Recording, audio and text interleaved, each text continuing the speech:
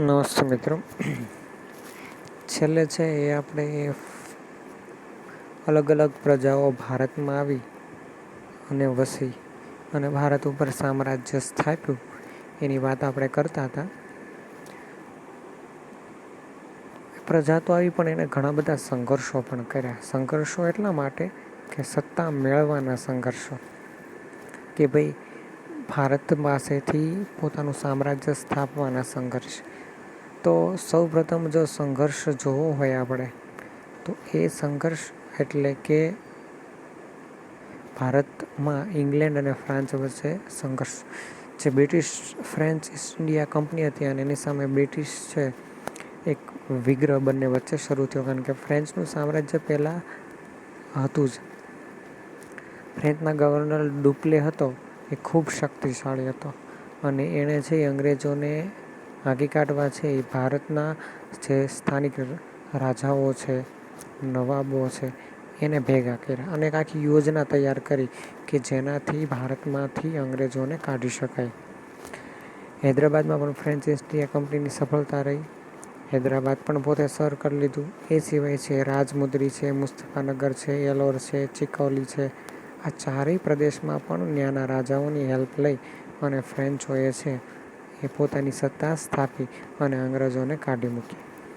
અંગ્રેજોને શું થયું કે આવી વારંવાર બાબતોના હિસાબે અંગ્રેજ છે એ સતેજ થઈ ગયા અને એના જ હિસાબે છે એ બંને વચ્ચે યુદ્ધ થયું.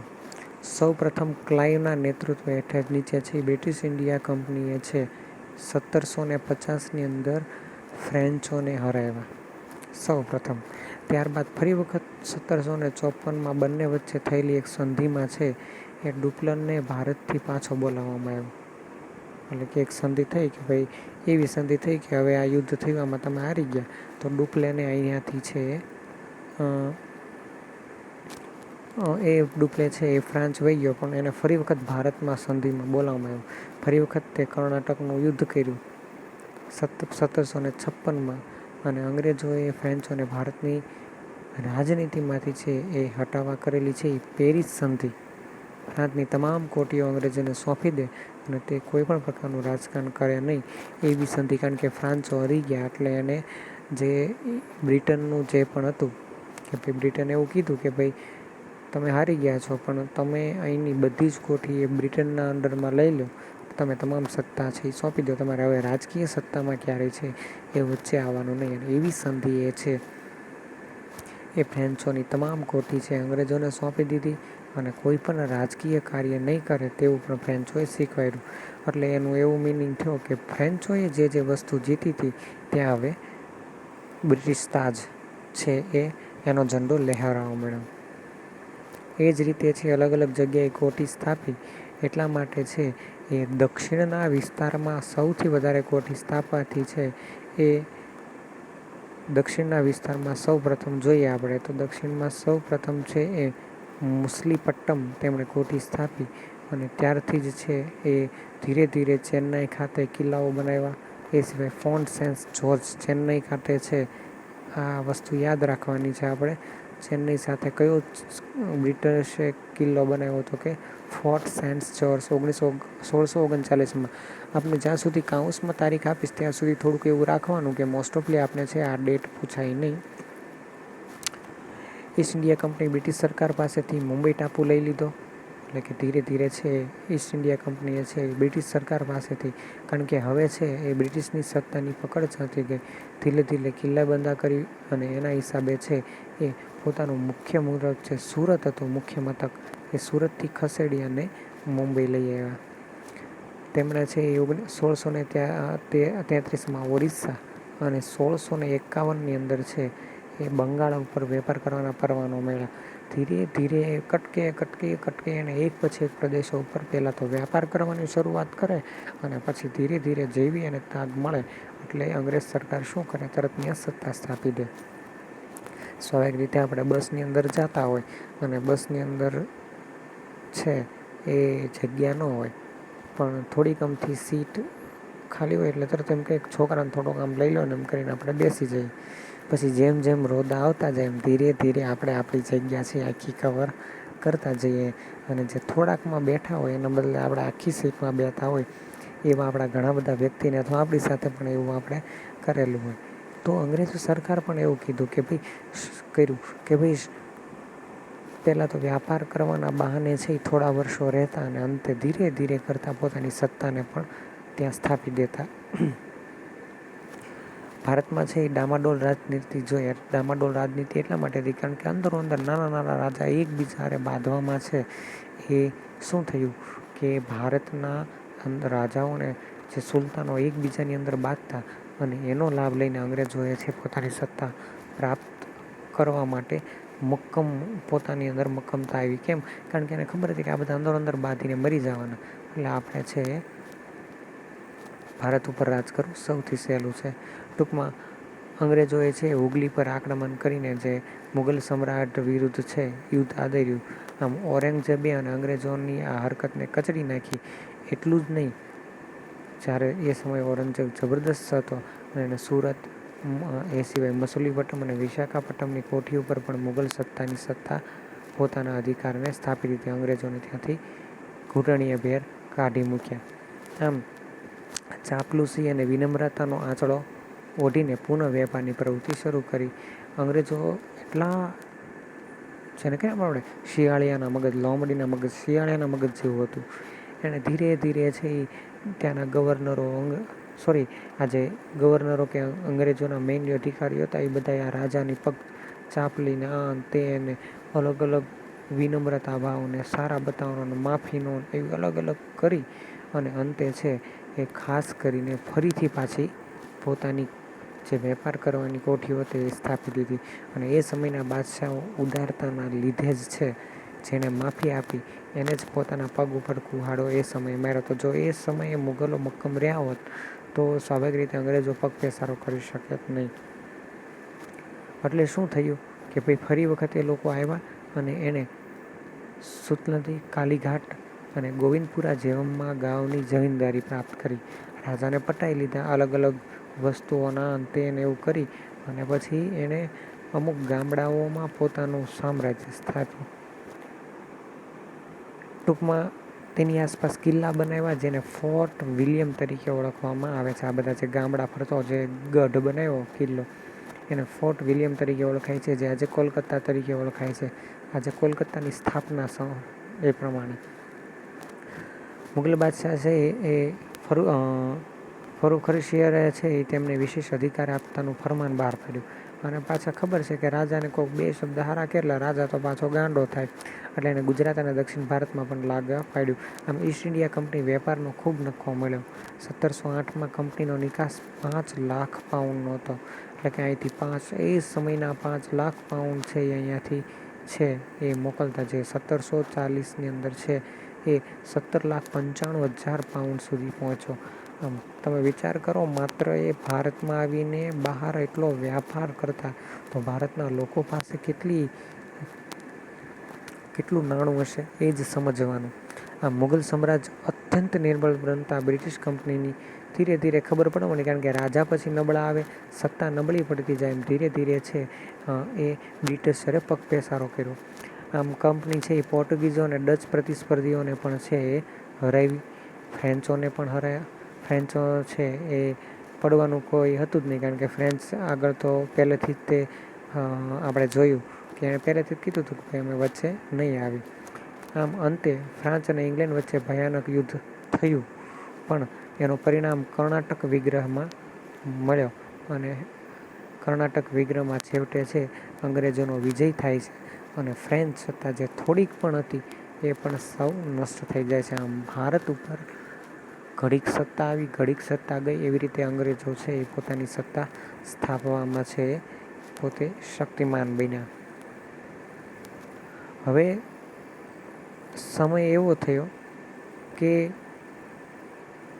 ભારતની સત્તાનો આરંભ છે એ મોસ્ટ ઓફલી આપણે મેઇન આરંભ કહીએ તો કે પ્લાસીના યુદ્ધ પછી છે એનો આરંભ થયો. પણ આપણે પ્લાસીનો યુદ્ધ કેમ થયો એ બધું આવનારા લેક્ચરમાં લઈશું. તમે ખાલી આજે મેં તમને કીધું આજે એટલું સમજી લો કે કઈ રીતે ભારતમાં બ્રિટિશ સત્તાનો ફ્રેન્ચોને હરાવ્યા મુગલો પાસે હારી ગયા, ફરી વખત મુગલો પાસે ગયા, પોતે 3 ગામડાઓમાં કિલ્લા સ્થાપીને ધીરે ધીરે છે એ પોતાની સત્તા સ્થાપી અને અંતે છે એ ખાસ કરીને પોર્ટુગીઝો, ડચ છે અને જે છેલ્લે અંતે ફ્રેન્ચો સાથે યુદ્ધ કરીને કર્ણાટક વિગ્રહમાં અંગ્રેજો વિજય થયા અને ભારતને છે એ ભારતમાં તેની પકડ છે એ સંપૂર્ણ છે એ મજબૂતી બની. ત્યારબાદ આપણે જોવાનો છે બંગાળમાં બ્રિટિશ સત્તાની પકડ. ભારતમાં અંગ્રેજોની રાજકીય સત્તા આરંભી એટલે 1757ની અંદર છે એ પ્લાસીનું યુદ્ધ થયું. આ પ્લાસીના યુદ્ધની અંદર છે એ ઈસ્ટ ઇન્ડિયા કંપનીની સેનાની તાત્કાલિક નવાબ સિરોજ ઉદ્દૌલાને હરાવ્યો. ટૂંકમાં અંગ્રેજો અને સિરોજ ઉદ્દૌલા હારે છે એ પ્લાસીના મેદાનમાં યુદ્ધ થયું અને આ યુદ્ધમાં છે એને હરાવ્યો અને અંગ્રેજોની જીત થઈ. ટૂંકમાં સૌથી મોટો વિકાસ હતો કે એ સમયે છે એ બંગાળ, આખું બંગાળ છે એક સાથે અંગ્રેજોની સત્તામાં આવ્યું. અંગ્રેજોએ છે એ નવાબો વચ્ચે યુદ્ધનું કારણ કરાવતા માટે છે એને આવું ફરમાન રજૂ કર્યું કે ભાઈ બંગાળના જે મુર્શિદ કુલી ખા અને અલીવર્દી ખા છે સુધીના નવાબોએ કંપનીના કાર્યબંધીનો વિરોધ કર્યો કે એણે એક ફરમાન જાહેર કર્યું કે ભાઈ કાં તો તમે છે અમારી સાથે ભળી જાઓ ને કાં અમારી સાથે યુદ્ધ કરો. આમ નવાબ સિરોજ ઉદ્દૌલા એટલે કે અલીવર્દી ખાનનો દત્તક પુત્ર હતો જે પ્લાસીના યુદ્ધમાં છે એ સિરોજ ઉદ્દૌલા મૃત્યુ પામ્યો. એને પોતે એક દત્તક લીધેલો પુત્ર હતો અને દત્તક લીધેલો પુત્રનું નામ અલીવર્દી ખા હતો. એના શરતો પર છે એ વેપાર કરવા જણાવ્યું, પરંતુ પરિસ્થિતિ એવી હતી કે અંગ્રેજો છે એ આ નવાબોને છે એ તાબે ન થયા. ટૂંકમાં નવાબોએ કીધું કે ભાઈ તમને અમે વેપાર કરવા દઈએ પરંતુ અમે કહીએ એ પ્રમાણે. છેવટે છે એ નવાબોનું કાંઈ ન ચાલ્યું ને એના હિસાબે નવાબો ક્રોધે ભરાયા.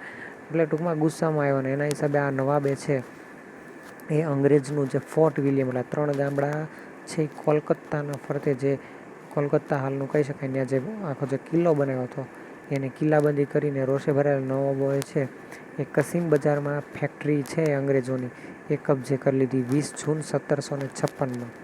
આમ ટૂંકમાં કોલકાતા પર અધિકાર પ્રાપ્ત કરી લીધો. આમ નવાબે જે સિરોજ ઉદ્દૌલા પાસેથી અંગ્રેજોએ છીન્યું હતું એ છે એનો જે દત્તક પુત્ર અલીવર્દી ખા હતો એણે ફરીથી પાછું મેળવી લીધું. સિરોજ ઉદ્દૌલાને બદનામ કરવા છે એ કાળકોટડીનો કિસ્સો ઉપજાવી કાઢીને અંગ્રેજોએ સમુદ્ર કિનારે આવેલી ફુલટા ખાતે શરણાગતિ છે એ સ્વીકારી. ટૂંકમાં સિરોજ ઉદ્દૌલા છે એને બદનામ કરવા છે કાળકોટડીની ટૂંકમાં એની અંદર મજૂરોને પૂરે એવી ઘણી બધી એવી વાતો છે એ બહાર પાડી અને એના આવા કિસ્સાના હિસાબે છે અંગ્રેજોએ છે એ સમુદ્ર કિનારે એટલે કે એણે એવું કીધું કે ભાઈ અમને આવી રીતના નુકસાન કરતા નામ શરણાગતિ સ્વીકારી અને સાથે સાથે મદ્રાસનો અધિકાર છે એ એની સહાય માગી કે ભાઈ અમને મદ્રાસનો અધિકારીને છે એ એના દ્વારા છે એ સહાય માગી. આ ઉપરાંત છે એ નવાબના અગ્રણી લોકો હતા દરબારના. એટલે અંગ્રેજોએ શું કર્યું કે એને એવું કીધું કે ભાઈ અમે તમારી શરણાગતિ લઈએ છીએ ને એની સાથે મદ્રાસનો એક અધિકારી હતો એને સહાયતા લીધી. અને બીજી બાજુ જે નવાબના આપણો મેઇન ભારતનો રાજાઓનો ખરાબ પોઈન્ટ એ હતો કે રાજ્યના લોકો જ છે એ ભ્રષ્ટ નીકળતા. આજે પણ આપણે જોઈએ છીએ ને કે મોટા મોટા અધિકારીઓ છે એ સારું કામ કરવા જતા હોય પણ બાજુના કેટલા બધા ફૂટલા હોય. આપણે અત્યારે છે એ પાકિસ્તાનની પાર વગરની માહિતી લીક થઈ જાય. આતંકવાદીઓ ભારતમાં આરામથી આવી શકે, આરામથી એને રૂપિયા મળી જાય અને આરામથી હુમલો પણ કરી લે. આવું શા માટે થાય? કારણ કે અંદરના લોકો જ પહેલેથી ફૂટલા. તો એ સમયે છે એના અંદરના લોકો ભેરવી ટૂંકમાં એનો એક ખૂબ જ અત્યંત વિશ્વાસુ સેના મીર જાફર હતો. એ સિવાય છે એ મોટા ગજાના વેપારી માણેકચંદ, અમીચંદ, જગત શેઠ, ખાદિમ ખા, ખરીદ વગેરે છે એ બધાયને અંગ્રેજોએ પોતાની તરફ કર્યા. સ્વાભાવિક રીતે આ બધા એવું લાલચમાં આવી ગયા કે ભાઈ વેપારીઓને એમ થયું કે આમ વિદેશ સાથે વેપાર વધશે અને જે ખાસ કરીને છે એ જેનો સેનાપતિ હતો મીર જાફરને એવું થયું કે હું રાજગાદી પર આવીશ અને એક નવાબ વિરુદ્ધ ષડયંત્ર રચ્યું. ટૂંકમાં મદ્રાસના છે એડમિનિસ્ટ્રેટર વોટસન અને કર્નલ ક્લાઇવ છે એ નૌકાશાહીને લઈને આવી પહોંચ્યા અને નવાબને હરાવીને કલકત્તા જીતી લઈ નવાબની સંધિ કરવા મજબૂર કર્યું. આ બધા એને ભેગા કર્યા અને એના હિસાબે નવાબને કંઈ ખબર ન પડી. રાતોરાત નૌકા સેના છે એ કલકત્તા બંદર ઉપર ઊભું રાખી અને ચડાઈ કરીને અંતે છે એ નવાબે છે એની માટે છે એ સંધિ કરવી પડી. તેણે મીર જાફરને બંગાળની ગાદી છે એ સોંપી દીધી. મીર જાફર જે સેનાપતિ હતો નવાબનો, ગાદીએ બેસાડ્યું. પણ મુર્શિદાબાદથી 20 માઇલ દૂર પ્લાસીના મેદાનમાં યુદ્ધ થયેલ. આ પ્રસિદ્ધ યુદ્ધ 23 જૂન 1757માં ભારત અંગ્રેજ સત્તાની સ્થાપના સાથે સંકળાયેલું છે. મીર જાફર હતો અને રાય દુર્બલ જેવા ગદ્દારોને કારણે નવાબ હાર્યો. આ જે મેઇન વ્યક્તિ હતા એના હિસાબે જ નવાબ હાર્યો. નકર એ સમયે નવાબ છે જે મુગલ સામ્રાજ્ય છે એને હરાવી શકે જ નહીં, પણ આ બધા ફૂટી ગયા એના હિસાબે હારી ગયો. એટલે થયું શું, તો ખાસ કરીને છે છેવટે તેની હત્યા કરવામાં આવી. એટલે કે જે નવાબ હતા એ નવાબને અંતે મારી નાખ્યા.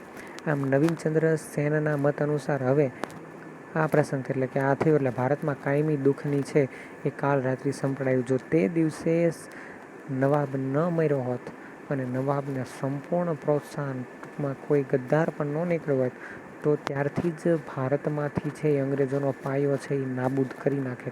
પરંતુ ઘણા બધા ઇતિહાસકારો એવું કહે છે કે આના હિસાબે જ છે એ ભારતની અંદર એમ અંગ્રેજોની સત્તા સ્થપાણી. ટૂંકમાં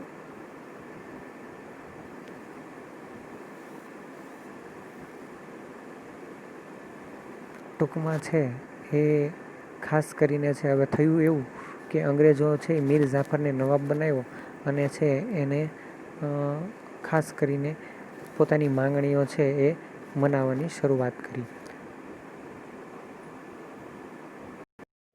હવે થયું એવું કે ભારતની અંદર છે એ બંગાળમાંથી અંગ્રેજોએ કંપની તો વેપાર તો કરતી પણ સાથે અઢળક મહેસૂલ ઉઘરાવા લાગી અને સાથે સાથે પોતાની જમીન, પોતાનું સામ્રાજ્યનો પણ દાવો અંગ્રેજ સરકાર કરવા મળી.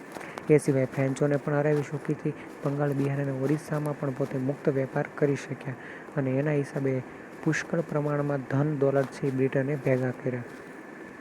મીર જાફરે છેવટે છે પોતાના જમાઈ મીર કાસિમને ગાદી ઉપર બેસાડ્યો. તે શક્તિશાળી હતો એટલા માટે છે એ આધુનિક સેનાની એણે સ્થાપના કરી.